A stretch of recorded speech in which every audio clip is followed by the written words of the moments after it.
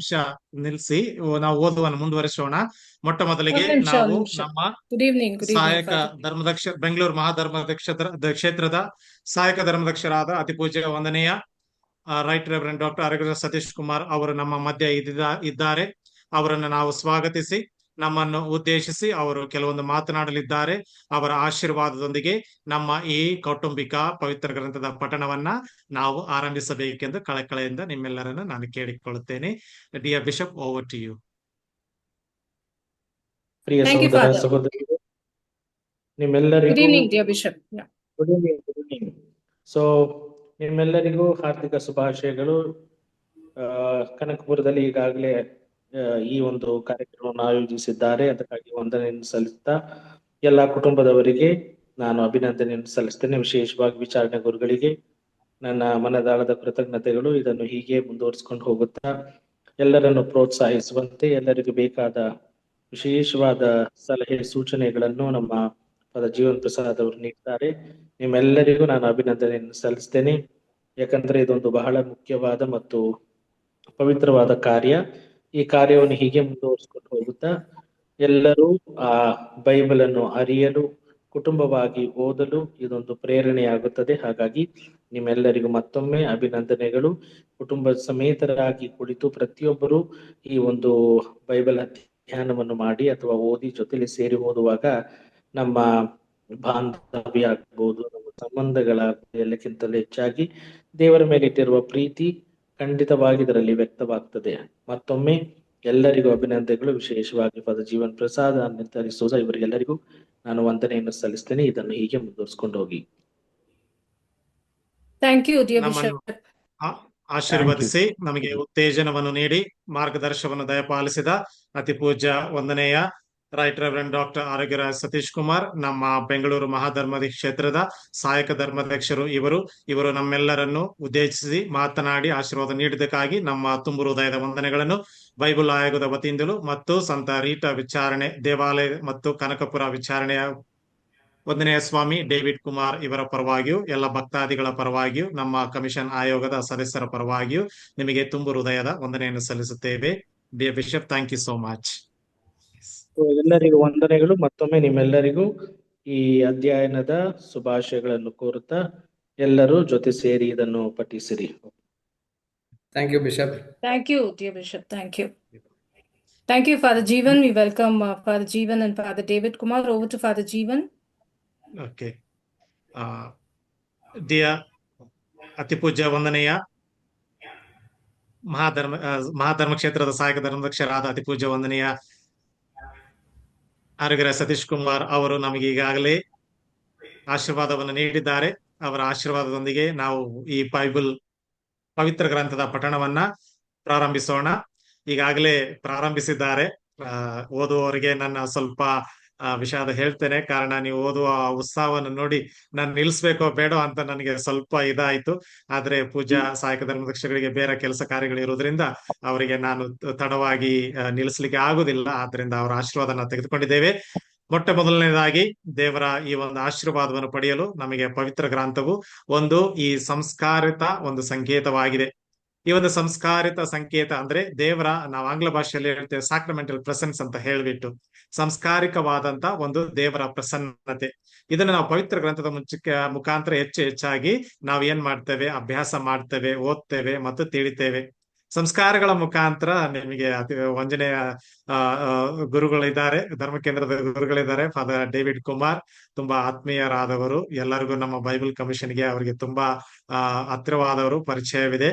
ನಿಮ್ಮ ವಿಚಾರಣೆ ಸಂತ ರೀಟಾ ಅವರ ದೇವಾಲಯ ವಿಚಾರಣೆ ಕನಕಪುರದಲ್ಲಿ ಈ ಒಂದು ಕಾರ್ಯಕ್ರಮವನ್ನು ಹಮ್ಮಿಕೊಳ್ಳಲಿಕ್ಕೆ ನಮಗೆ ಅನುಮತಿಯನ್ನು ನೀಡಿದ್ದಕ್ಕಾಗಿ ಮೊಟ್ಟ ಮೊದಲಿಗೆ ನಾವು ನಮ್ಮ ಪರವಾಗಿ ಅವರಿಗೆ ತುಂಬ ಹೃದಯದ ವಂದನೆಗಳನ್ನು ಸಲ್ಲಿಸ್ತೇವೆ.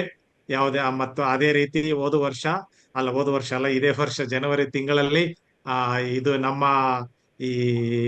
ಇದು ಪವಿತ್ರ ಗ್ರಂಥದ ಭಾನುವಾರ ಬೈಬಲ್ ಸಂಡೇ ನಾವು 1 ನಿಮಿಷದ ಒಂದು ಶಾರ್ಟ್ ವಿಡಿಯೋ ಕಾಂಪಿಟಿಷನ್ ಇಟ್ಟಿದ್ದೀವಿ. ಕನಕಪುರ ವಿಚಾರಣೆ ರೀಟಾ ಅವರಿಗೆ 3ನೇ ಬಹುಮಾನ ಸಿಕ್ಕಿದೆ. ಅಲ್ಲಫದ 3ನೇ ಬಹುಮಾನ ಸಿಕ್ಕಿದೆ. ಮತ್ತು ಅದೇ ರೀತಿ ಅವರು ಅನೇಕ ರೀತಿಯಲ್ಲಿ ನಾವು ಬರದೇ ಇದ್ರು ಕೂಡ ಎಲ್ಲಾ ಮಕ್ಕಳ ಜೊತೆ ಸೇರಿಸ್ಕೊಂಡ್ಬಿಟ್ಟು ಆ ಭಾನುವಾರ ಅವರು ಮಾಡಿದಂತ ಹಮ್ಮಿಕೊಂಡಂತ ಅನೇಕ ಸಾಂಸ್ಕೃತಿಕ ಕಾರ್ಯಕ್ರಮ, ಬೈಬಲ್ ಆಧಾರಿತ ಸಾಂಸ್ಕೃತಿಕ ಕಾರ್ಯಕ್ರಮಗಳು, ಭಾಷಣಗಳು ಮತ್ತು ನಟನೆಗಳು ಇವೆಲ್ಲವೂ ತುಂಬಾ ನಮಗೆ ಇಷ್ಟವಾದವು. ಆದ್ದರಿಂದ ಅದನ್ನು ನೋಡಿಬಿಟ್ಟು ಆದಷ್ಟು ಬೇಗ ಈ ಪವಿತ್ರ ಗ್ರಂಥ ಪಠಣವನ್ನ ಆರಂಭಿಸ್ಬೇಕು ಅಂತ ನನ್ನ ಮನಸ್ಸಿಗೆ ಅವತ್ತೇ ನಾನು ನಿರ್ಧಾರ ಮಾಡಿದೆ. ಫಾದರ್ ಹತ್ರ ಮಾತಾಡಿದೆ, ಆದ್ರೆ ಎಲ್ಲದಕ್ಕೂ ಸಮಯ ಸಂದರ್ಭ ಕೂಡಿ ಬರಬೇಕು. ಆದ್ರಿಂದ ಇಷ್ಟು ಸ್ವಲ್ಪ ತಡವಾಯಿತು. ಆದ್ರೂ ನಮಗೆ ಈ ಒಂದು ಅನುಮತಿಯನ್ನು ನೀಡಿ ಉತ್ತೇಜನವನ್ನ ಒಂದು ಪ್ರೋತ್ಸಾಹವನ್ನ ನೀಡಿದ್ದಕ್ಕಾಗಿ ನಮ್ಮ ಬೈಬಲ್ ಆಗದ ವತಿಯಿಂದ ವಂದನೆಯ ಸ್ವಾಮಿ ಡೇವಿಡ್ ಕುಮಾರ್ ಅವರಿಗೆ ನಮ್ಮ ತುಂಬ ಹೃದಯದ ವಂದನೆಗಳು. ಅದೇ ರೀತಿ ಪ್ರಿಯರೇ, ನಾನು ಹೇಳಲಿಕ್ಕೆ ಇಷ್ಟಪಡುವುದು ಏನೆಂದ್ರೆ, ನಮ್ಮ ಬೈಬಲ್ ಆಗಿದ ವತಿಯಿಂದ ನಾನೇನು ಮೊದಲನೇ ದಿನ ಬರ್ತೇನೆ, ಕೊನೆಯ ದಿನ ತಿಂಗಳ ಕೊನೆಯ ದಿನ ಬರ್ಬೋದು, ಮತ್ತು ನೀವು ನನಗೆ ಅವಶ್ಯವಿದ್ದಾಗ ಕರೆದಾಗ ನಾನು ಬರ್ತೇನೆ. ಆದ್ರೆ ಈ ಒಂದು ತಿಂಗಳು ಸಂಪೂರ್ಣವಾಗಿ ನಿಮ್ಮ ಜೊತೆ ಇರುವವರು ಸಹೋದರಿ ಅನಿತಾ ಡಿಸೋಜ ಮತ್ತು ಸಹೋದರ ಪುಷ್ಪನಾಥನ್. ಇವರ ಪರವಾಗಿ ಹೇಳಲಿಕ್ಕೆ ತುಂಬಾ ಇದೆ. ಆದ್ರೆ ಸಂತ ರೀಟಾ ಅವರದು ಜೀವನಕ್ಕೆ ಹೋಲಿಸಿದಾಗ ಆಂಗ್ಲ ಭಾಷೆಯಲ್ಲಿ ಹೇಳ್ತಾರೆ, nothing was impossible to Saint Rita ಅಂತ ಹೇಳಿ. ಸಂತ ರೀತಾ ಅವರಿಗೆ ಯಾವುದೇ ರೀತಿಯ ಅಸಾಧ್ಯವಾದಂತ ಎಂಬ ಮಾತು ಇರಲಿಲ್ಲ, ಎಲ್ಲವಾದ ಸಾಧ್ಯವಾದಂತ ಇತ್ತು. ಆದ್ರಿಂದ ಅವರಿಗೆ ಆತ್ಮೀಯವಾದ ಒಂದು ಬೈಬಲ್ ಪವಿತ್ರ ಗ್ರಂಥದ ಒಂದು ವಾಕ್ಯ, ಅದು 2ನೇ ಕೊರಿಂಥಿಯವರಿಗೆ ಸಂತ ಪೌಲರು ಬರೆದ ಪತ್ರ 3ನೇ ಅಧ್ಯಾಯ 2ನೇ ವಾಕ್ಯ. ಅಲ್ಲಿ ಹೇಳ್ತಾ ಇದ್ದಾರೆ ಸಂತ ಪೌಲರು, ನೀವೇ ನಾವು ಬರೆದಿರುವ ಪತ್ರ ಅಂತ ಹೇಳಿ. ಕಾರಣ ನಿಮ್ಮ ಹೃದಯದಲ್ಲೇ ಪ್ರಭು ಯೇಸುವಿನ ಮುಖಾಂತರ ಈ ಪತ್ರವನ್ನು ಬರೆಯಲಾಗಿದೆ. ಯಾವ ಶಾಯಿಯಿಂದ ಬರೆದದ್ದಲ್ಲ, ಪವಿತ್ರಾತ್ಮರ ಶಕ್ತಿಯಿಂದ ಈ ಪತ್ರವನ್ನು ನಿಮ್ಮ ಹೃದಯದ ಮೇಲೆ ನಾವು ಬರೆದಿದ್ದೇವೆ. ಅಥವಾ ಅವರು ಹೇಳ್ತಾ ಇರೋದು ನೀವೇ ಬರೆದಿರುವ ಪತ್ರ ಅಂತ ಹೇಳಿ. ಇದನ್ನು ತಮ್ಮ ಪರವಾಗಿ ಹೇಳ್ತಾರೆ, ಜನರ ಪರವಾಗಿ ಹೇಳ್ತಾರೆ. ಆದ್ರಿಂದ ಸಂತ ಅಗಸ್ಟಿನ್ ಅವರು ನಮಗೆ ಹೇಳ್ತಾರೆ ಏನಂತಂದ್ರೆ, ಹಿಪ್ಪೋದ ಸಂತ ಅಗಸ್ಟಿನ್, ಯಾಕಂದ್ರೆ ಆ ಕ್ಯಾಂಟರ್ಬರಿ ಅಗಸ್ಟಿನ್ ಅಂತ ಇನ್ನೊಬ್ಬರ ಸಂತರು ಇದ್ದಾರೆ. ಅದರಿಂದ ಹಿಪ್ಪೋ ಅಂದ್ರೆ ನಮಗೆ ಎಲ್ಲಾ ಒಂದು ಪಾಂಡಿತ್ಯವನ್ನು ನೀಡಿದಂತ ಇದು ಧರ್ಮಸಭೆಯ ಪಿತಾಮಹರಲ್ಲಿ ಒಬ್ಬರಾದ ಅಗಸ್ಟಿನ್ ಅವರು ಹೇಳ್ತಾರೆ, ಪವಿತ್ರ ಗ್ರಂಥವನ್ನ ಓದುವಾಗ ದೇವರು ನಮ್ಮೊಡನೆ ಮಾತನಾಡ್ತಾರೆ, ನಾವು ಪ್ರಾರ್ಥನೆ ಮಾಡುವಾಗ ನಾವು ದೇವರೊಡನೆ ಮಾತನಾಡ್ತೇವೆ ಅಂತ ಹೇಳಿಬಿಟ್ಟು. ಆದ್ರಿಂದ ಸಂತ ರೀತಾ ಅವರಿಗೆ ಪ್ರಾರ್ಥನೆಯ ಜೀವನವೇ ತುಂಬಾ ಮುಖ್ಯವಾಗಿತ್ತು. ಅಂದ್ರೆ ಪ್ರಾರ್ಥನೆ ಮುಖಾಂತರ ದೇವರೊಡನೆ ಸಂಭಾಷಣೆ ಮಾಡುವುದು. ಇನ್ನೊಂದು, ನಮ್ಮ ಈ ಆಧುನಿಕ ಯುಗದಲ್ಲಿ ಪ್ರಾರ್ಥನೆ ತುಂಬಾ ಕಡಿಮೆ ಆಗ್ತಾ ಇದೆ. ಆಮೇಲೆ ದಿನನಿತ್ಯದ ಪ್ರಾರ್ಥನೆಗಳು ಕೆಲವೊಮ್ಮೆ ಏನಾಗ್ತಿದೆ, ಇದು ಪ್ರಾರ್ಥನೆ ಮಾಡಿದ್ದೇ ಮಾಡ್ತಾ ಇದ್ದೇವೆ ಅನ್ನೋ ಒಂದು ಅನಿಸಿಕೆ ಅಥವಾ ಅಭಿಪ್ರಾಯ ಹುಟ್ಕೊಳ್ತೆ. ಆದ್ರೆ ಪವಿತ್ರ ಗ್ರಂಥವನ್ನು ಓದುವಾಗ ಮೊದಲನೇ ವಾಕ್ಯದಿಂದ ಕೊನೆಯ ವಾಕ್ಯದವರೆಗೆ ಒಂದೊಂದು ವಾಕ್ಯವು ಒಂದೊಂದು ಪ್ರಾರ್ಥನೆ ಆಗಿರ್ತದೆ. ಕಾರಣ ಅದು ದೇವರ ವಾಕ್ಯ. ಅದು ನಮ್ಮ ಜೊತೆಗೆ ಮಾತನಾಡುವಾಗ ಅದನ್ನು ನಾವು ಆಲಿಸುವುದೇ ನಮ್ಮ ಪ್ರಾರ್ಥನೆ. ಅದನ್ನ ಆಲಿಸಿದ್ದನ್ನ ನಾವು ಓದ್ತೇವಲ್ವಾ, ಅದು ನಾವು ಬಹಿರಂಗವಾಗಿ ಮಾಡುವಂತ ಒಂದು ಪ್ರಾರ್ಥನೆ. ಆದ್ದರಿಂದ ಈ ಪ್ರಾರ್ಥನೆಯಲ್ಲಿ ನಾವು ಬರೆದಿರುವುದು ಮಾತ್ರ ಅಲ್ಲ, ನಮ್ಮ ಪ್ರಾರ್ಥನೆ ಮುಖಾಂತರ ನಾವು ದೇವರ ಹೃದಯದಲ್ಲಿ ನಮ್ಮ ಒಂದು ಅನಿಸಿಕೆಗಳನ್ನ, ಅಭಿಪ್ರಾಯಗಳನ್ನ, ಭಿನ್ನಗಳನ್ನ ಕೋರ್ತೇವೆ. ದೇವರು ನಮ್ಮ ಹೃದಯದ ಮೇಲೆ ತಮ್ಮ ವಾಗ್ದಾನಗಳನ್ನ, ತಮ್ಮ ನಿರ್ಧಾರಗಳನ್ನ, ಕಟ್ಟಳೆಗಳನ್ನ ಮತ್ತು ಇವುಗಳನ್ನು ಹೇಗೆ ಅನಾದಿಯಿಂದಲೂ ಪುನಃ ನಮ್ಮ ಈ ಒಂದು ಪ್ರಕಟಣೆ ಗ್ರಂಥದಲ್ಲಿ ನೋಡುವವರೆಗೆ, ದೇವರ ಮುಂದೆ ಪ್ರತ್ಯಕ್ಷ ಸಾಕ್ಷಿಯಾಗಿ ನಾವು ಅನುಭವಿಸುವವರೆಗೆ ಅದನ್ನು ನಾವು ಸಂಪೂರ್ಣವಾಗಿ ಪವಿತ್ರ ಗ್ರಂಥವು ಮತ್ತು ಪ್ರಭು ಯೇಸು ನಮಗೆ ನೀಡಿದ ತಮ್ಮ ಪೂಜೆ ಶರೀರ ಮತ್ತು ರಕ್ತವು ಈ ಧರ್ಮಸಭೆಯ ಎಲ್ಲಾ ಸಂಸ್ಕಾರಗಳ ಮುಖಾಂತರ ನಾವು ಅದನ್ನು ಅನುಭವಿಸಲು ಸಾಧ್ಯವಾಗ್ತದೆ. ಆದ್ರೆ ವೈಯಕ್ತಿಕವಾಗಿ ಸಾಂಸ್ಕಾರಿಕ ಈ ಒಂದು ಪ್ರಸನ್ನತೆಯನ್ನ ಪವಿತ್ರ ಗ್ರಂಥದ ಮುಖಾಂತರ ನಮಗೆ ಅನುಭವಿಸ್ಲಿಕ್ಕೆ ಸಾಧ್ಯ ಆಗ್ತದೆ. ಆದ್ದರಿಂದ ಈ ಕೆಲವೊಂದು ವಿಷಯಗಳನ್ನ ನಾನು ಹೇಳಿದ್ದೀನಿ, ಯಾಕಂದ್ರೆ ಪವಿತ್ರ ಗ್ರಂಥ ಪಠಣ ಮಾಡುವುದರಿಂದ ಎಷ್ಟರ ಮಟ್ಟಿಗೆ ಅಥವಾ ನಮಗೆ ಅಸಾಧ್ಯವಾದಂತ ಅಥವಾ ಊಹೆ ಮಾಡಲಾದಂತ ಒಂದು ಶಕ್ತಿ ಮೀರಿ ದೇವರ ಪ್ರಸನ್ನತೆ ನಮ್ಮ ಮಧ್ಯದಲ್ಲಿ ಉಂಟಾಗ್ತದೆ. ಆದ್ದರಿಂದ ಇಂದಿನ ಮೊದಲನೇ ವಾಚನ ನೀವು ಕೇಳಿರಬಹುದು, ಸಂತ ಪೇತ್ರರು ಬರೆದ 2ನೇ ಪತ್ರ. ಈ ಮೊದಲನೇ ವಾಚನದಲ್ಲಿ ಹೇಳಲಾಗಿದೆ, ದೇವರ ಜ್ಞಾನವೇ ನಮ್ಮೆಲ್ಲ ವರಪ್ರಸಾದಕ್ಕೆ ಮೂಲವಾಗಿದೆ ಅಂತ ಹೇಳ್ಬಿಟ್ಟು. ದೇವರ ಜ್ಞಾನ ಅಂದಾಗ ಪ್ರಭು ಯೇಸುವಿನ ಸುಜ್ಞಾನವೇ ಅಥವಾ ಪ್ರಭು ಯೇಸುವನ್ನು ಕುರಿತು ನಾವು ಹೆಚ್ಚಾಗಿ ತಿಳಿಯುವುದೇ ಅದು ನಮ್ಮ ಮನಸ್ಸಿಗೆ ವರಪ್ರಸಾದವು, ಶಾಂತಿಯು, ಸಮಾಧಾನವು ಅಂತ ಆಗ್ತದೆ. ಅದರಿಂದ ನೀವು ಮಾಡುವಂತ ಕಾರ್ಯ ತುಂಬಾ ಪುಣ್ಯ ಕಾರ್ಯ. ಆದಷ್ಟು ಮಟ್ಟಿಗೆ ಆಸಕ್ತಿಯಿಂದ ಮಾಡಿ. ನಿಮ್ಗೆ ಅವಶ್ಯಕತೆ ಇರುವಾಗ ಏನೆಲ್ಲ ವಿವರಣೆ ಬೇಕು ಅದು ನಮ್ಮ ಸ್ವಯಂ ಸೇವಕರಾದ ಬೈಬಲ್ ಆಯೋಗದ ಸದಸ್ಯರಾದ ಸಹೋದರಿ ಅನಿತಾ ಮತ್ತು ಸಹೋದರ ಪುಷ್ಪನಾಥನ್ ನಿಮಗೆ ನೀಡ್ತಾರೆ.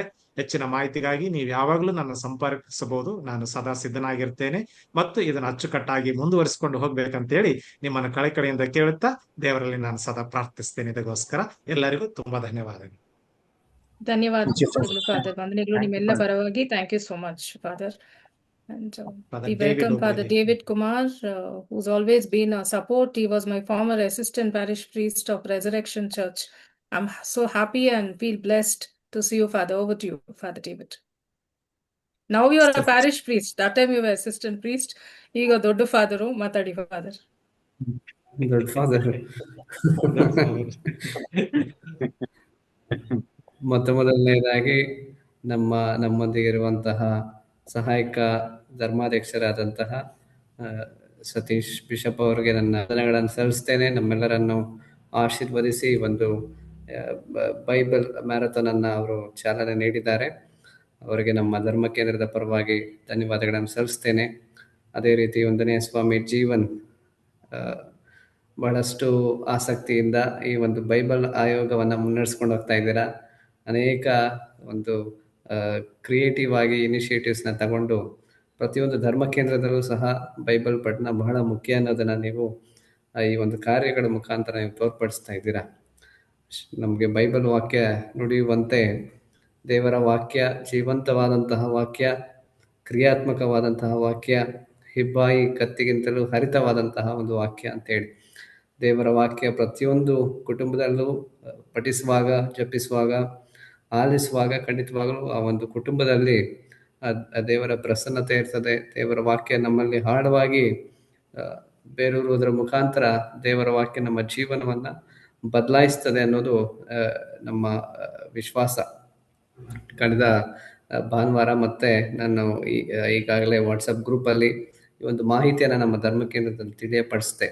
ಅನೇಕರಿಗೆ ಈ ಒಂದು ಝೂಮ್ ಲಿಂಕ್ ಮೂಲಕ ಲಾಗಿನ್ ಆಗಲಿಕ್ಕೆ ಗೊತ್ತಿರಲಿಲ್ಲ. ಆದರೂ ಕೂಡ ಆಸಕ್ತಿಯಿಂದ ಕೆಲವರು ಇಲ್ಲಿಗೆ ಬಂದು ಆಫೀಸ್ ಹತ್ರ ಲಾಗಿನ್ ಆಗಿ ಯಾವ ರೀತಿ ಲಾಗಿನ್ ಆಗೋದನ್ನ ತಿಳ್ಕೊಂಡು ಹೋಗಿದ್ದಾರೆ.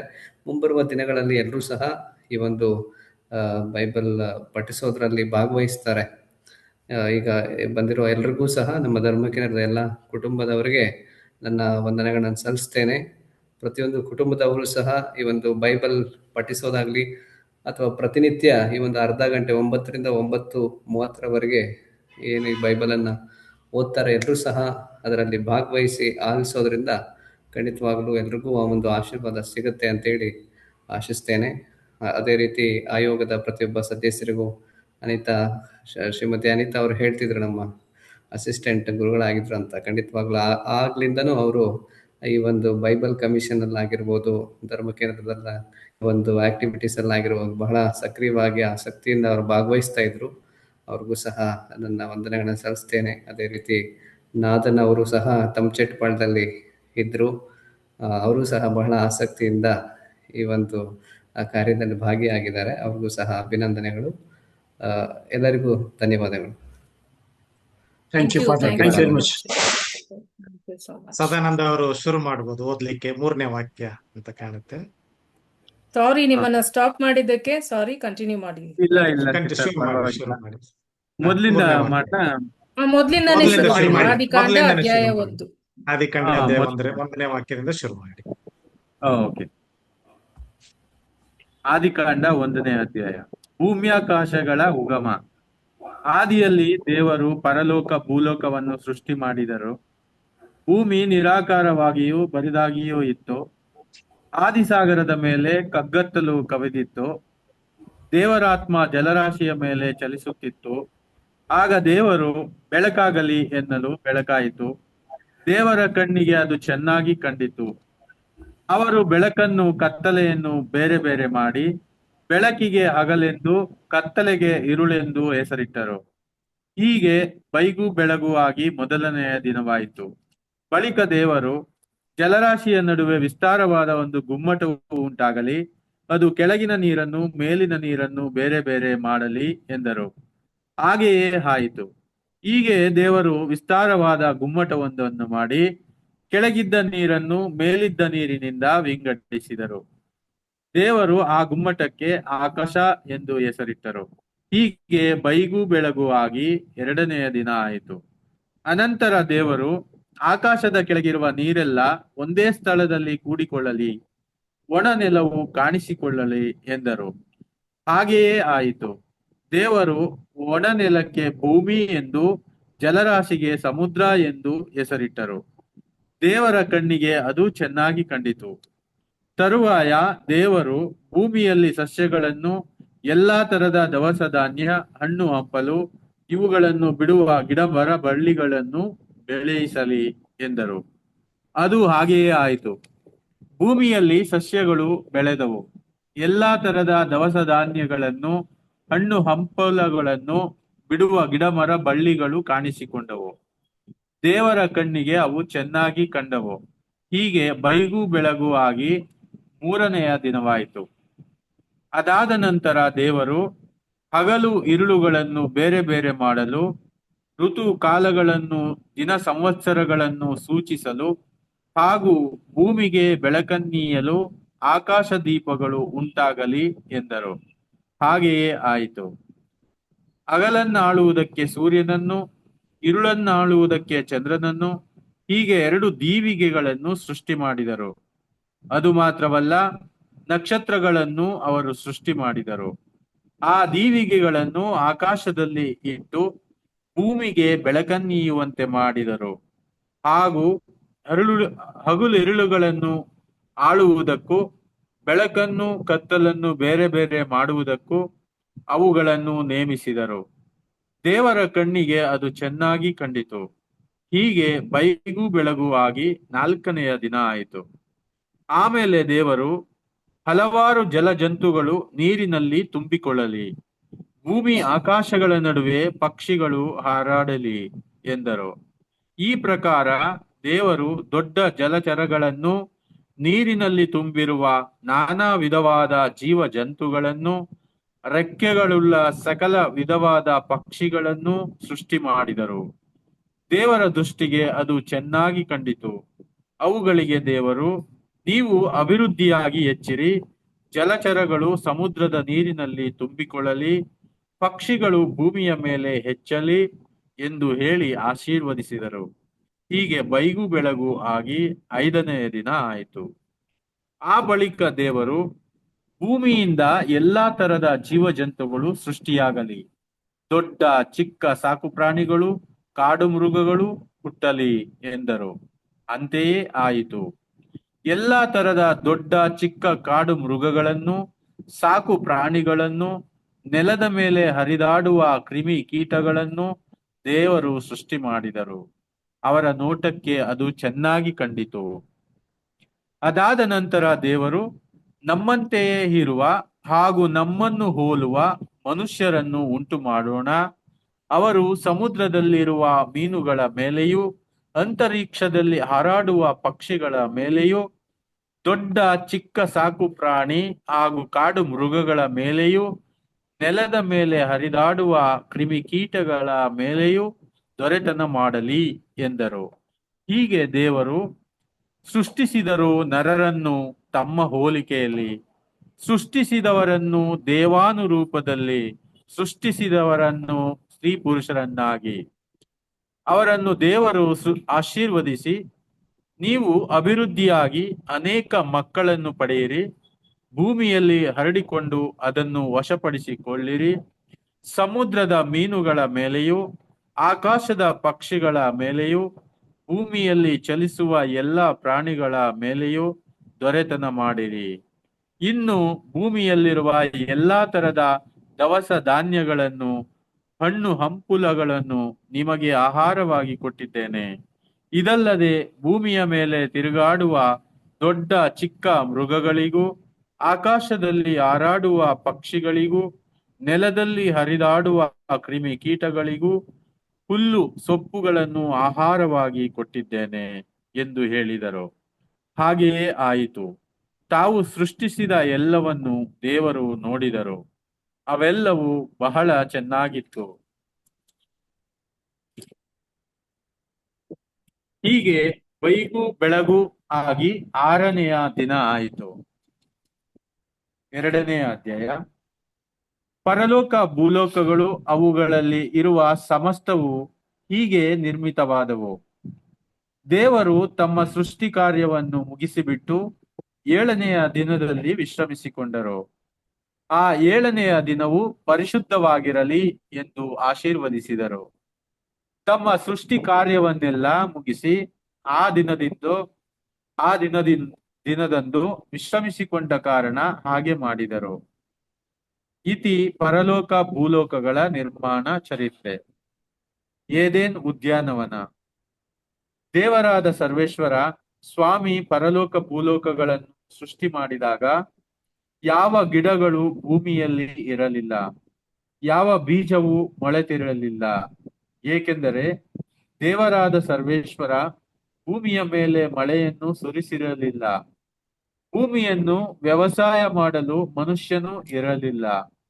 ಆದರೂ ಭೂಮಿಯಿಂದ ನೀರು ಉಕ್ಕಿ ಬಂದು ನೆಲಕ್ಕೆ ನೀರೆರೆಯುತ್ತಿತ್ತು.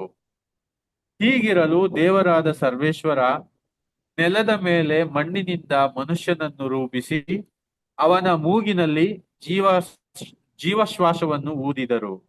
ಆಗ ಮನುಷ್ಯನು ಜೀವಾತ್ಮನಾದನು.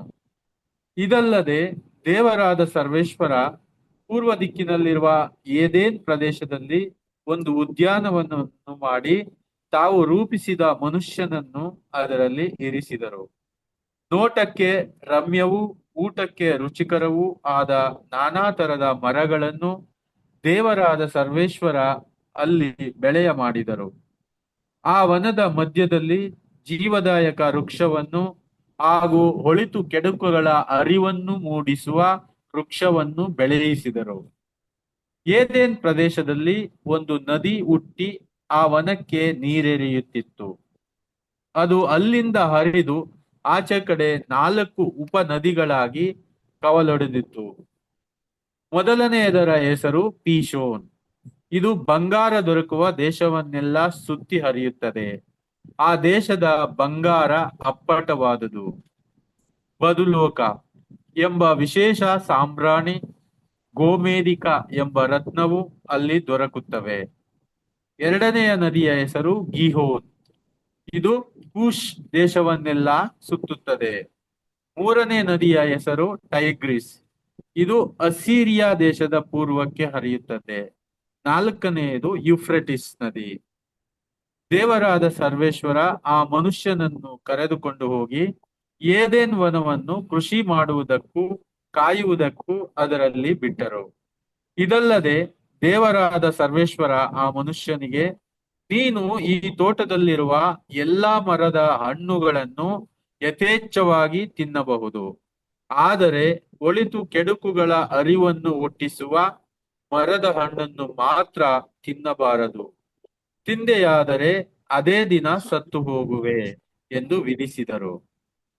ಅನಂತರ ದೇವರಾದ ಸರ್ವೇಶ್ವರ, ಮನುಷ್ಯನು ಒಂಟಿಯಾಗಿರುವುದು ಒಳ್ಳೆಯದಲ್ಲ, ಅವನಿಗೆ ಸರಿಬೀಳುವ ಸಹಕಾರಿಯನ್ನು ಸೃಷ್ಟಿ ಮಾಡುವೆನು ಎಂದರು.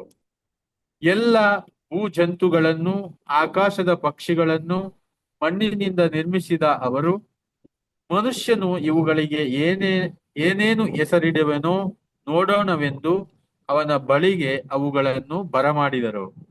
ಆ ಮನುಷ್ಯನು ಒಂದೊಂದು ಪ್ರಾಣಿಗೆ ಯಾವ ಹೆಸರಿಟ್ಟನೋ ಅದೇ ಅವುಗಳಿಗೆ ಹೆಸರು ಆಯಿತು. ಹೀಗೆ ಮನುಷ್ಯನು ಎಲ್ಲಾ ಸಾಕು ಪ್ರಾಣಿಗಳಿಗೂ ಆಕಾಶದ ಪಕ್ಷಿಗಳಿಗೂ ಕಾಡು ಮೃಗಗಳಿಗೂ ಹೆಸರಿಟ್ಟನು. ಆದರೆ ಅವನಿಗೆ ಸರಿಬೀಳುವ ಜೊತೆಗಾತಿ ಅವುಗಳಲ್ಲಿ ಕಾಣಿಸಲಿಲ್ಲ. ಹೀಗಿರುವಲ್ಲಿ ದೇವರಾದ ಸರ್ವೇಶ್ವರ ಆ ಮನುಷ್ಯನಿಗೆ ಗಾಢ ನಿದ್ರೆಯನ್ನು ಬರಮಾಡಿದರು. ಅವನು ನಿದ್ರಿಸುತ್ತಿರುವಾಗ ಅವನ ಪಕ್ಕೆಯ ಎಲುಬುಗಳಲ್ಲಿ ಒಂದನ್ನು ತೆಗೆದುಕೊಂಡು ಅದರ ಸ್ಥಳವನ್ನು ಮಾಂಸದಿಂದ ಮುಚ್ಚಿದರು. ಆ ಎಲುಬನ್ನು ಮಹಿಳೆಯನ್ನಾಗಿ ಮಾಡಿ ಆಕೆಯನ್ನು ಅವನ ಬಳಿಗೆ ಬರಮಾಡಿದರು. ಅವನು ಆಕೆಯನ್ನು ನೋಡಿ ಹೀಗೆಂದನು, ಸರಿ, ನನಗೀಗ ಇವಳು ನನ್ನೆಲುಬಿನ ಎಲುಬು, ನನ್ನೊಡಲಿನ ಒಡಲು, ನರನಿಂದ ಉತ್ಪತ್ತಿಯಾದವಳನ್ನು ನಾರಿ ಎಂದೇ ಕರೆವರು. ಈ ಕಾರಣ ಪುರುಷನು ತಂದೆ ತಾಯಿಗಳನ್ನು ಬಿಟ್ಟು ತನ್ನ ಹೆಂಡತಿಯನ್ನು ಸೇರಿಕೊಳ್ಳುವನು, ಅವರಿಬ್ಬರು ಒಂದೇ ಒಡಲಾಗಿ ಬಾಳುವರು. ಆ ಸ್ತ್ರೀ ಪುರುಷರಿಬ್ಬರು ಬೆತ್ತಲೆ ಆಗಿದ್ದರೂ ನಾಚಿಕೊಳ್ಳಲಿಲ್ಲ. ಮಾನವನ ಪತನ 3ನೇ ಅಧ್ಯಾಯ. 2 ಸ್ಟಾಪ್ ಅಧ್ಯಾಯಗಳು ಮಾಡೋಣ ಸಾಕು ಸರ್, ಸದಾ. ಸ್ಟಾಪ್ ಮಾಡೋಣ ಪ್ಲೀಸ್. 2 Yes, sir. ಅಧ್ಯಾಯಗಳು ಸಾಕು. Father, you can take up and conclude with prayer. Okay. ಪ್ರಿಯ ಸಹೋದರಿಯರೇ, ಈಗ ನಾವು ಆದಿಕಾಂಡವನ್ನು ಪಠಿಸಲು ಪ್ರಾರಂಭಿಸಿದ್ದೇವೆ. ಈ ಆದಿಕಾಂಡ ಅಂದ ತಕ್ಷಣ ಈ ಆದಿಕಾಂಡವನ್ನು ಬೇರ್ಪಡಿಸಿ ಉಳಿದ 4 ಪುಸ್ತಕಗಳನ್ನ ಓದ್ಲಿಕ್ಕೆ ಆಗುದಿಲ್ಲ. ಬದಲಾಗಿ ಈ ಆದಿಕಾಂಡ, ವಿಮೋಚನ ಕಾಂಡ, ಯಾಜಕ ಕಾಂಡ, ಸಂಖ್ಯಾಕಾಂಡ ಮತ್ತು ಧರ್ಮೋಪದೇಶ ಕಾಂಡ, ಈ 5 ಪುಸ್ತಕಗಳು ಒಂದಕ್ಕೊಂದು ಅಂಟಿಕೊಂಡಿವೆ. ಅದೇ ರೀತಿ ಆದಿಕಾಂಡ ಇಡೀ ಪವಿತ್ರ ಗ್ರಂಥದ ಮೊದಲ ಪುಸ್ತಕವಾಗಿದೆ. ಆದ್ರೆ ಈ ಮೊದಲ 5 ಪುಸ್ತಕಗಳ ಗ್ರಂಥಗಳು, ಪವಿತ್ರ ಗ್ರಂಥದ ಈ ಗ್ರಂಥಗಳನ್ನ ನಾವು ಪಂಚ ಸುರುಳಿಗಳು ಅಂತ ಹೇಳ್ತೇವೆ. ಆಂಗ್ಲ ಭಾಷೆಯಲ್ಲಿ ಇದನ್ನ 5 ಸ್ಕ್ರೋಲ್ಸ್ ಅಂತ ಹೇಳ್ತೇವೆ. ಸ್ಕ್ರೋಲ್ ಅಂದ್ರೆ ಅಥವಾ ಸುರುಳಿ ಅಂದ್ರೆ ನಿಮಗೆ ಗೊತ್ತಿರಬಹುದು. ಪುರಾತನ ಕಾಲದಲ್ಲಿ ಅಥವಾ ರಾಜರುಗಳು, ಅರಸರುಗಳು ತಮ್ಮ ಪತ್ರಗಳನ್ನ ಹೇಗೆ ಸುರುಳಿಯಲ್ಲಿ ಸುತ್ತಿ ಅದನ್ನ ಸುರುಳಿಯನ್ನ ಇನ್ನೊಂದು ಕಡೆಗೆ ರವಾನಿಸ್ತಿದ್ರು. ಅದೇ ರೀತಿ ಈ ಒಂದು ಏನಿದೆ, ಈ ಒಂದು ಇಡೀ ಪುಸ್ತಕ ಒಂದು ರೀತಿಯ ಒಂದು ವಿಶಾಲವಾದಂತ ಭವ್ಯವಾದ ಸುರುಳಿ. ಆ ಸುರುಳಿಯಲ್ಲಿ ಇದನ್ನ ಏನ್ ಮಾಡಲಾಗಿದೆ, ಕೆತ್ತಲಾಗಿದೆ. ಆ ಪುರಾತನ ಕಾಲದಲ್ಲಿ ಬರೆದಿರುವಂತ ಆ ಸುರುಳಿಗಳು ನಮ್ಮ ಕೈಯಲ್ಲಿ ಏನು ಇಲ್ಲ. ಆದ್ರೆ ಆ ಸುರುಳಿಗಳ ರೂಪವು ಅದಕ್ಕೆ ಸಾಕ್ಷಿ ಜೀವಂತವಾಗಿ ಇನ್ನೂ ಇದೆ. ಅವುಗಳನ್ನ ನಾವು ಮೃತ ಸಮುದ್ರ ಅಂತ ಹೇಳ್ತೇವೆ, ಡೆಡ್ ಸಿ ಅಂತ ಹೇಳ್ತೇವೆ. ಅದರ ಪಕ್ಕದಲ್ಲಿ ಇರುವಂತ ಒಂದು ಬೆಟ್ಟದ ಗುಹೆಗಳಲ್ಲಿ ಕ್ರಿಸ್ತ ಪೂರ್ವ 400 ಅಥವಾ 600ನೇ ಶತಮಾನದಲ್ಲಿ ಅಂದು ಬರೆಯಲಾದ, ಕೆತ್ತಲಾದಂತ ಆ ಒಂದು ಸ್ಮೃತಿಗಳು ಅಥವಾ ಆ ಒಂದು ಸುರುಳಿಗಳು ಇನ್ನು ಜೀವಂತವಾಗಿ ಹಾಗೆಯೇ ನಮಗೆ ಈ ಒಂದು 20ನೇ ಶತಮಾನದಲ್ಲಿ ಸಿಕ್ಕಿವೆ. ಆದ್ದರಿಂದ ಬರೆದಿರುವುದೆಲ್ಲವೂ ಕಥೆ ಅಲ್ಲ, ಬದಲಾಗಿ ಇಸ್ರಾಯೇಲ್ ಸಮುದಾಯವು ದೇವರು ತಮಗೆ ಹೇಗೆ ಜೀವವನ್ನು ನೀಡಿದ್ದಾರೆ, ತಾವು ಪೂಜಿಸುವ ಸರ್ವೇಶ್ವರರ ನಾಮಾಂಕಿತದ ಮೇಲೆ ಇರುವಂತಹ ಘನತೆ, ಮಹಿಮೆ, ಗೌರವ ಏನು, ಮತ್ತು ಸರ್ವೇಶ್ವರರು ತಮ್ಮ ಒಂದು ಮಾತಿನಿಂದ, ತಮ್ಮ ನುಡಿಯಿಂದ ಹೇಗೆ ಸಮಸ್ತವನ್ನು ಸೃಷ್ಟಿಸಿ ಇಡೀ ಸರ್ವಸ್ವದ ಮೇಲೆ ಅವರ ಒಂದು ಘನತೆಯ ಸರ್ವಾಧಿಕಾರವಿದೆ ಎಂಬ ಒಂದು ಸಾಕ್ಷಿಯನ್ನ ಈ ಆದಿಕಾಂಡವು ನಮಗೆ ವ್ಯಕ್ತಪಡಿಸ್ತದೆ. ಆದ್ದರಿಂದ ಹೆಚ್ಚಿನ ವಿಷಯಗಳನ್ನ ನೀವು ಓದ್ತಾ ಕಲಿತಾ ಇರ್ತೀರಿ. ಆದರೆ 2 ವಿಷಯಗಳನ್ನು ಮಾತ್ರ ನೀವು ಜ್ಞಾಪಕ ಇಟ್ಕೋಬೇಕು. ಇಲ್ಲಿ ಕೊಟ್ಟಿರುವಂತ 6 ದಿನಗಳ ಸೃಷ್ಟಿಯ ಪಟ್ಟಿ, ಈ ಪಟ್ಟಿಯು ದೈವಶಾಸ್ತ್ರೀಯ ಆಧಾರವಾಗಿದೆ. ಇದು ಕಾಲಕ್ಕೆ ಸಂಬಂಧ ಅಂತಲ್ಲ.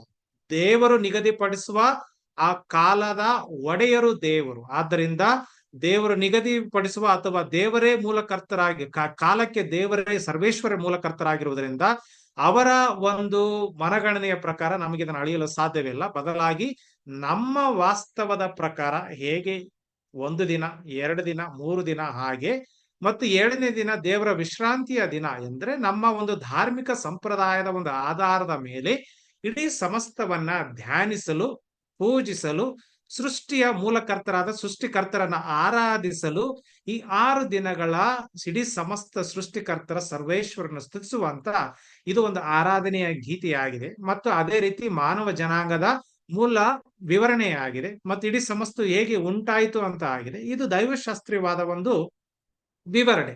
ಆದ್ರಿಂದ ಈ ವಿವರಣೆಯನ್ನ ನಾವು ವೈಜ್ಞಾನಿಕವಾಗಿ ಪತ್ತೆ ಹಚ್ಚಬಹುದು. ವೈಜ್ಞಾನಿಕವಾಗಿ ಕೂಡ ಈ ಪವಿತ್ರ ಗ್ರಂಥದಲ್ಲಿ ಬರ್ತಿರುವುದು ಅದನ್ನೇ ಆಧಾರವಾಗಿ ಇಟ್ಕೊಂಡು ಹೇಗೆ ಸೃಷ್ಟಿ ಉಂಟಾಯಿತು, ಹೇಗೆ ಇದು ಆಯ್ತು, ಅದು ಆಯ್ತು ಅಂತ ಹೇಳ್ಬಿಟ್ಟು ಇದರಲ್ಲಿ ಬರ್ದಿರೋದನ್ನ ಅವರು ಯಾವುದೇ ರೀತಿಯಲ್ಲಿ ಅಲ್ಲಗಳೆಯುವುದಿಲ್ಲ. ಬದಲಾಗಿ ವೈಜ್ಞಾನಿಕವಾಗಿ ಹೇಗೆ ನಾವು ಇಂದಿನ ಆಧುನಿಕ ಯುಗದಲ್ಲಿ ಕಾಲಗಳನ್ನು ಹೇಗೆ ನಾವು ವಿಂಗಡಿಸ್ತೇವೆಯೋ ಆ ಒಂದು ವಿಧದಲ್ಲಿ ವೈಜ್ಞಾನಿಕವಾಗಿ ಅನೇಕ ರೀತಿಯ ಥಿಯರಿಗಳನ್ನ ಈ ಸೃಷ್ಟಿ ಹೇಗೆ ಉಂಟಾಯ್ತು, ಹೇಗೆ ಇದು ಆಯ್ತು, ಅದು ಆಯ್ತು ಅಂತ ಹೇಳಿಬಿಟ್ಟು ಸಮಸ್ತದ ಬಗ್ಗೆ ಕೆಲವೊಂದು ವಿವರಣೆಗಳನ್ನ ವೈಜ್ಞಾನಿಕವಾಗಿ ಇಂದು ನಮಗೆ ಲಭ್ಯವಾಗಿವೆ. ಆದ್ರೆ ಅಂದಿನ ಕಾಲದಲ್ಲಿ ಏನೇ ಒಂದು ವೈಜ್ಞಾನಿಕ ಅಂದ್ರೆ ಅದು ಧಾರ್ಮಿಕ ಸಂಪನ್ಮೂಲ. ಧಾರ್ಮಿಕ ಸಂಪನ್ಮೂಲ ಬಿಟ್ಟು ಬೇರೆ ಯಾವುದೇ ರೀತಿಯ ವೈಜ್ಞಾನಿಕವಾದಂತಹ ಒಂದು ವಿಧವಾದ ವಿಜ್ಞಾನಗಳ ಒಂದು ಶಾಸ್ತ್ರ ಇರಲಿಲ್ಲ. ಆದ್ರೆ ಧಾರ್ಮಿಕ ಶಾಸ್ತ್ರವೇ ಎಲ್ಲಾ ಶಾಸ್ತ್ರಗಳ ತಾಯಿ ಶಾಸ್ತ್ರವಾಗಿತ್ತು. ಆದ್ದರಿಂದ ಅದನ್ನ ಆಧಾರವಾಗಿಟ್ಟುಕೊಂಡು ದೈವಾರಾಧನೆಯ ಒಂದು ಶೈಲಿಯಲ್ಲಿ ಇಡೀ ಸಮಸ್ತವನ್ನು ಸೃಷ್ಟಿಕರ್ತರನ್ನು ಆರಾಧಿಸಲು ಈ ಆದಿಕಾಂಡದ ಮೊದಲು ಈ 2 ಅಧ್ಯಾಯಗಳು ನಮಗೆ ಏನ್ ಮಾಡ್ತವೆ, ನಮ್ಮ ಜೀವಕ್ಕೆ, ನಮ್ಮ ಇಡೀ ಸಮಸ್ತಕ್ಕೆ ಸರ್ವೇಶ್ವರರೇ ಸೃಷ್ಟಿಕರ್ತರು, ಮೂಲ ಕರ್ತರು ಎಂಬ ಒಂದು ವಿವರಣೆಯನ್ನು ಇದು ನಮಗೆ ನೀಡ್ತದೆ. ಆದ್ರಿಂದ ಇದನ್ನ ಹಂತ ಹಂತವಾಗಿ ನಿಮಗೆ ಸಹೋದರಿ ಅನಿತಾ ಅವರು ಹೇಳ್ತಾ ಹೋಗ್ತಾರೆ. ದಿನನಿತ್ಯ ನೀವು 3 ಅಧ್ಯಾಯಗಳನ್ನು ಓದುವಾಗ ನಿಮಗೆ ಅವ್ರು ಹೇಳ್ತಾರೆ. ಆದ್ರಿಂದ ಚಾಚು ತಪ್ಪದೆ ಸೇರಿ, ಒಟ್ಟಾಗಿ ಸೇರಿ ಮತ್ತು ಆ ಇತರರನ್ನು ಸೇರಿಸ್ರಿ. ಝೂಮ್ ನಿಮಗೆ ತಿಳಿದೇ ಇದ್ರೆ ಒಂದು ರೀತಿಯಲ್ಲಿ ಸ್ವಲ್ಪ ತಡವಾದ್ರೂ ತಿಳಿದ್ರು ಪರವಾಗಿಲ್ಲ, ಒಬ್ಬರಿಂದ ಒಬ್ಬರು ಇನ್ನೊಬ್ಬರಿಗೆ ಹೇಳ್ಕೊಡ್ತಾ ಅನೇಕ ಕುಟುಂಬದವರನ್ನು ಸೇರಿಸಿ ಈ ಒಂದು ಕಾರ್ಯಕ್ರಮವು ವಿಚಾರಣೆಗೆ ಒಂದು ಆಶೀರ್ವಾದದ ಫಲವಾಗಲಿ ಮತ್ತು ಅದೇ ರೀತಿ ನಿಮ್ಮೆಲ್ಲರಿಗೆ ಶಾಂತಿ ಸಮಾಧಾನ ತರಲಾಗ್ಲಿ ಅಂತ ಹೇಳಿಬಿಟ್ಟು ನಿಮ್ಮೆಲ್ಲರಿಗೂ ನನ್ನ ಮತ್ತೊಮ್ಮೆ ಶುಭಾಶಯಗಳನ್ನು ತಿಳಿಸುತ್ತಾ ದೇವರ ಆಶೀರ್ವಾದವನ್ನು ಕೋರೋಣ. ದಯಮಯ ದೇವರೇ, ನಾವು ಉದ್ಘಾಟಿಸಿರುವ ಈ ಪವಿತ್ರ ಗ್ರಂಥದ ಕೌಟುಂಬಿಕ ಪಠಣವು ಯಶಸ್ವಿಯಾಗಿ ಮುನ್ನಡೆಯಲಿ ಎಂದು ಈ ಇಡೀ ಕಾರ್ಯವನ್ನು ತಮ್ಮ ನಾಮಕ್ಕೆ ನಾವು ಸಲ್ಲಿಸುತ್ತೇವೆ. ಹೀಗೆ ಸೃಷ್ಟಿ ಸಮಸ್ತಕ್ಕೆ ನೀವು ಮಾನವರನ್ನು ಅದರ ಹೆಸರಿಟ್ಟು ಕರೆಯಲು, ಅದರ ಅಧಿಕಾರವನ್ನು ಮುಂದುವರಿಸಿಕೊಂಡು ಹೋಗಲು ನೇಮಿಸಿದ್ದೀರೋ, ಅವರಿಗೆ ಒಂದು ಕಾರ್ಯವನ್ನು ದಯಪಾಲಿಸಿದಿರೋ, ಜವಾಬ್ದಾರಿಯನ್ನು ನೀಡಿದ್ದೀರೋ, ಅದೇ ರೀತಿ ಪವಿತ್ರ ಗ್ರಂಥದ ಈ ಕೌಟುಂಬಿಕ ಪಠಣದ ಮುಖಾಂತರ ನಾವೆಲ್ಲರೂ ನಮ್ಮ ಕುಟುಂಬದ ಪರವಾಗಿ ಜವಾಬ್ದಾರಿಯನ್ನು ತೆಗೆದುಕೊಂಡು ನೀವು ಕೊಟ್ಟಿರುವ ಆ ಜೀವವನ್ನು ಸಫಲತೆಯಿಂದಲೂ ಮತ್ತು ವಿಶ್ವಾಸದಿಂದಲೂ ಬೆಳೆಸಿಕೊಂಡು ನಿಮಗೆ ಯೋಗ್ಯ ಸಾಕ್ಷಿಯಾಗುವಂತ ಭಾಗ್ಯವನ್ನು ನಮಗೆ ದಯಪಾಲಿಸ್ರಿ. ಧರ್ಮ ಕೇಂದ್ರದ ಗುರುಗಳಾದ ಅತಿ ವಂದನೆಯ ಸ್ವಾಮಿ ಡೇವಿಡ್ ಕುಮಾರ್ ಇವರನ್ನು, ಎಲ್ಲಾ ಕುಟುಂಬದವರನ್ನು, ನಮ್ಮ ಬೈಬಲ್ ಆಗದ ಸದಸ್ಯರಾದ ಶ್ರೀಮತಿ ಅನಿತಾ ಡಿಸೋಜ ಮತ್ತು ಶ್ರೀ ಪುಷ್ಪನಾಥನ್ ಇವರೆಲ್ಲರನ್ನು ಆಶೀರ್ವದಿಸ್ರಿ. ಇವರು ಈ ಕಾರ್ಯವನ್ನು ಸುಗಮವಾಗಿ ಮುಂದುವರಿಸಿಕೊಂಡು ಹೋಗಲಿ. ಈ ಪವಿತ್ರ ಗ್ರಂಥದ ಪಠಣ ಎಲ್ಲರಿಗೂ ಆಶೀರ್ವಾದ ತರುವಂತ, ಸಫಲತೆಯನ್ನು ನೀಡುವಂತ ಒಂದು ಮೂಲ ಆಧಾರವಾಗಲಿ. ಪಿತನ ಮತ್ತು ಸುತನ ಮತ್ತು ಪವಿತ್ರ ಆತ್ಮನ ನಾಮದಲ್ಲಿ ಆಮೆನ್. ಎಲ್ಲರಿಗೂ ಶುಭಾಶಯಗಳು, ದೇವರ ಆಶೀರ್ವಾದ. ಅನಿತಾ ಒಂದೆರಡು ಇನ್ಸ್ಟ್ರಕ್ಷನ್ ಕೊಟ್ಬಿಡಿ. Thank you father Jeevan. And ಸ್ನೇಹಿತರೆ, ಗುಡ್ ಈವ್ನಿಂಗ್. ಇದೇ ತರ ಡೈಲಿ 9 ಇಂದ 9:30 ನಡೆಯುತ್ತೆ. 8:55 ಜಾಯಿನ್ ಮಾಡಿ. ಅದಕ್ಕಿಂತ ಮುಂಚೆ ಅಲೌ ಮಾಡಲ್ಲ, ಯಾಕಂದ್ರೆ ಝೂಮ್ 35 ನಿಮಿಷನೇ, ಆಮೇಲೆ ಕಟ್ಟಾಗೋಗುತ್ತೆ. ಸೊ ಶಾರ್ಪ್ 8:55 ಅಲಾರ್ಮ್ ಇಟ್ಕೊಂಡು ಜಾಯಿನ್ ಮಾಡಿ. ನಾನು ಓದೋ ದಿವಸ ಮಾತ್ರ ನಾನು ಬರೋದಲ್ಲ, ಎವ್ರಿ ಡೇ ಜಾಯಿನ್ ಮಾಡಿ. ಬೇರೆಯವರು ಓದೋವಾಗ ಕೇಳಿಸ್ಕೊಳ್ಳಿ. That is a reference we are giving to word of God. So daily join ಮಾಡಿ. ನಾಳೆ ಯಾರು ಓದ್ತಾರೆ ಅಂತ ಸೈಮನ್ ಸರ್ ನೀವು ಹಾಕ್ಬಿಡಿ ಗ್ರೂಪ್ ಅಲ್ಲಿ, ನಾಳೆ ಟುಮಾರೋಸ್ ಪ್ರೊಕ್ಲೇಮರ್ ಅಂತ. Father David to talk, please. Father David, would you like to give some words? Yeah, definitely. Okay, so thank you once again, Father Jeevan. Very beautifully led and given the reflection. ತುಂಬಾ ಚೆನ್ನಾಗಿತ್ತು. ನಮ್ಮ ಧರ್ಮ ಕೇಂದ್ರದವ್ರಿಗೆ ಇದೊಂದು ಆಶೀರ್ವಾದ. ಖಂಡಿತವಾಗ್ಲೂ ಮುಂಬರುವ ದಿನಗಳಲ್ಲಿ ಎಲ್ಲರೂ ಸಹ ಜಾಯಿನ್ ಆಗ್ತಾರೆ. ಸದಾನಂದ ಸಾರ ಒಂದು ಯಾರು ಪ್ರತಿನಿತ್ಯ ಓದ್ತಾರೆ ಅನ್ನೋದನ್ನ ಪೋಸ್ಟ್ ಮಾಡ್ತಾರೆ.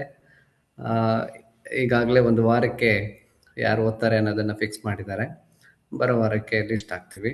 ಆ ರೀತಿ ಸಿಸ್ಟಮ್ಯಾಟಿಕ್ ಆಗಿ ನಡ್ಕೊಂಡು ಹೋಗುತ್ತೆ. ಯಾರೆಲ್ಲ ಪಾರ್ಟಿಸಿಪೇಟ್ ಓದಲ್ವೋ ಅವರು ಸಹ ಈ ಒಂದು ಝೂಮ್ ಅಲ್ಲಿ ಲಾಗಿನ್ ಆಗಿ ದೇವರ ವಾಕ್ಯವನ್ನ ಆಲಿಸಿ ಒಂದು ಆಶೀರ್ವಾದ ಆಗುತ್ತೆ ಎಲ್ಲರಿಗೂ. Thank you father David. List ಹಾಕಿ ಸ್ನೇಹಿತರೆ ಡೈಲಿ ಜಾಯಿನ್ ಮಾಡಿ, ದೇವರ ವಾಕ್ಯ ಜೊತೆ ಟ್ರಾವೆಲ್ ಮಾಡಿ. ಖಂಡಿತವಾಗ್ಲೂ ನಮ್ಮೆಲ್ಲರನ್ನ ದೇವರ ಆಶೀರ್ವದಿಸ್ತಾರೆ. Over to father. ಬ್ಲೆಸ್ಸಿಂಗ್ ಇಟ್ಕೊಳ್ಳಿ. ಸಂತ ರೀತಾ ಅವರ ಪ್ರಕಾರ ಯಾವುದು ಅಸಾಧ್ಯವಾದುದಲ್ಲ. ಕಳೆದ ಭಾನುವಾರ ಹಬ್ಬ ಇತ್ತು ಫಾದರ್. ಅಪ್ಪ, ಅದಕ್ಕೆ ನಾನು ಇನ್ನೊಮ್ಮೆ ಹೇಳ್ಬಾರ್ದು. Thank you. ಎಲ್ಲರೂ ಸಾಕಷ್ಟು ರೀತಮ್ ಅವ್ರ ಬಗ್ಗೆ ಅದೇ ಅಸಾಧ್ಯಗಳ ಆಸರೆ ಕೇಳಿ ಪಾಪ ಸುಸ್ತಾಗಿರ್ತದೆ. ನಾನು ಮತ್ತೆ ಆಮೇಲೆ ಇದು ಮಾಡ್ಲಿಕ್ಕಿಲ್ಲ. ಬಟ್ ಇದು impossible task fathers. But I am happy ಇಷ್ಟು ಜನ ಜಾಯಿನ್ ಆಗಿದ್ದಾರೆ. ಕಷ್ಟದಲ್ಲೂ ಇನಿಷಿಯೇಟಿವ್ ಆಗಿದೆ. Great. Father David, I wanted to say let's not have it now.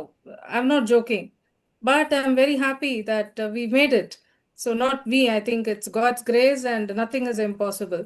So all glory to God and big thanks to you and Father Jeevan and Nathan for all the support, because training yaru bandilla, so I just kept quiet. It will progress slowly. Yes, so but then impossible becomes possible. ಬೇರೆ ಒಂದು ಇದು ಇರ್ತದೆ, ತೊಂದರೆಗಳು ಇರ್ತವೆ.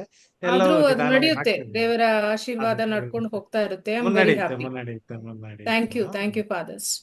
So ನಾಳೆ ನೋಡೋಣ. 8:55 join ಮಾಡಿ. ಆಶೀರ್ವಾದ ಕೊಡಿ father. Thank you father. Father David, just give final blessing. ಪ್ರಭು ನಿಮ್ಮೊಡನೆ ಇರಲಿ. ಸರ್ವಶಕ್ತ ದೇವರಾದ ಪಿತಾ ಸುತ ಪವಿತ್ರ ಆತ್ಮರು ನಿಮ್ಮೆಲ್ಲರನ್ನು ಆಶೀರ್ವದಿಸಲಿ. Amen. Thank you. Thank Good you, night. fathers. Thank you. ಎಲ್ಲರಿಗೂ Good night. ವಂದನೆಗಳು. ಶುಭರಾತ್ರಿ. Thank you, sir. Good night. Good night. Good night.